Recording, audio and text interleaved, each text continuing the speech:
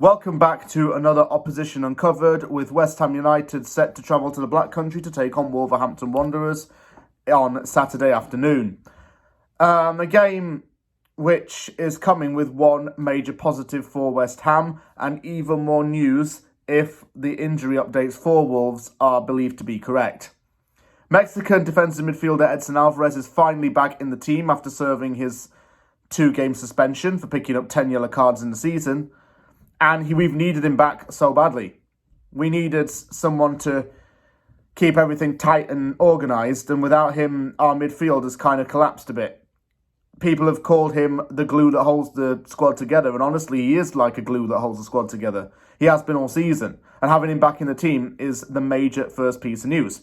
The second major bit of news is that Wolves manager Gary O'Neill has said that Craig Dawson and Hwang Hee-chan may not play on Saturday.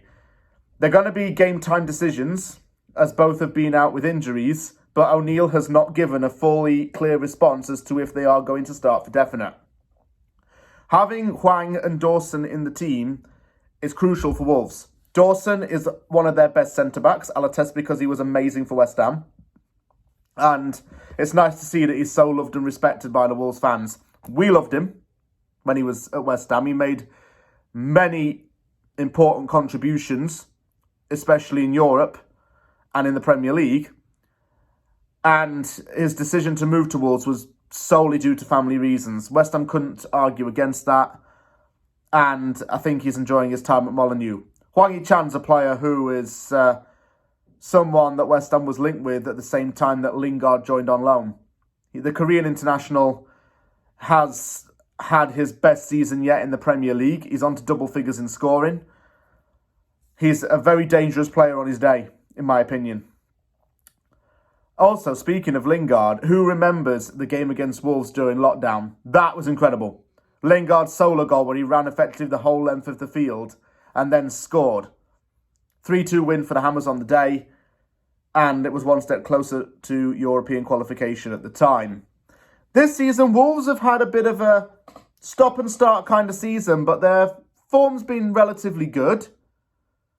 They're on 42 points at the time of recording this, and they've been edging with the top 10 lately. Start of the season was difficult with 1 win in 5, but that was followed by 5 games unbeaten, and in their last 6 games, they have won 3 and drawn once. Gary O'Neill's showing that he's actually not that bad of a manager, and that he was somewhat of Bournemouth's loss. Bournemouth sacked him at the end of last season in what was considered a bit of a cruel decision, but after Lopetegui quit Wolves, O'Neill was given the job there. Wasn't the most exciting of appointments, and the fans have been critical of the board in the last 12 months, but as a manager, he's actually looked pretty good. Could he be a future West Ham manager given that he used to play for the Hammers? I don't know. That's something that might have to be discussed at a later time. However, what I will say is that he's got the team playing good football and not just simply settling down too much. He only hasn't advanced with this team, and he has publicly spoken about this, by the way, because he hasn't been given the full financial backing of the board. He's recently came out with a comment that he wanted to try and sign a few players in January, but he felt as though he was held back. He was probably held back a little bit last summer because Wolves didn't start doing any serious business until like the last week of the transfer window. So that says something as well. I'm sure there's ownership issues with this club. We've been there as well. And hopefully it's not going to cause a negative environment at that club.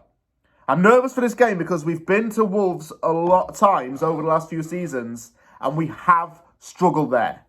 We even struggled in that 3-2 win because we almost blew it. Last season, we lost 1-0. Earlier this season, we beat them 2-0 at home and looked quite comfortable in that game. So, we've still got to look comfortable and be reinforced. The other question I would like to ask before I close this video off is, will we actually have to make major changes given that we're going to have a European game coming up in a few days after this? Moyes has got to maybe be quite rational with his decisions here. Does he rest players and risk losing this game? Or does he go full throttle for this and then keep those players for Thursday? He's got a lot to consider. But whatever he does needs to pay off somehow, and we can build on the result against Spurs.